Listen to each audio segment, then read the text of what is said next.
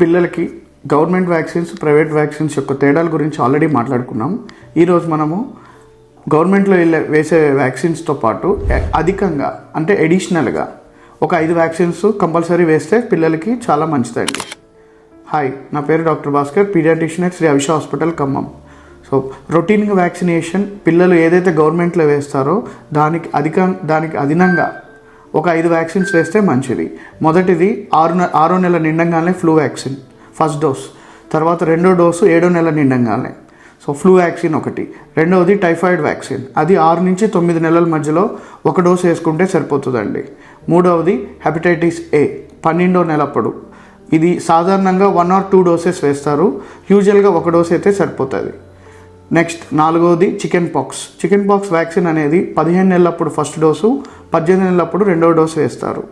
5వది cervical cancer, ఇది పిల్లలకి 2 ఆడపిల్లలకి మగపిల్లలకి కూడా వేయచ్చు. మగపిల్లలకి కొంచెం తక్కువ స్టడీస్ ప్రాస్టేట్ క్యాన్సర్ నివారణకు తోడ్పడుతుందని ఉన్నాయి, చాలా తక్కువ స్టడీస్. ఆడపిల్లలకు మటుకు 9 నుంచి 15 ఏళ్ళ వాళ్ళకి 2 డోసెస్ వేస్తే సరిపోతుంది. Thank you.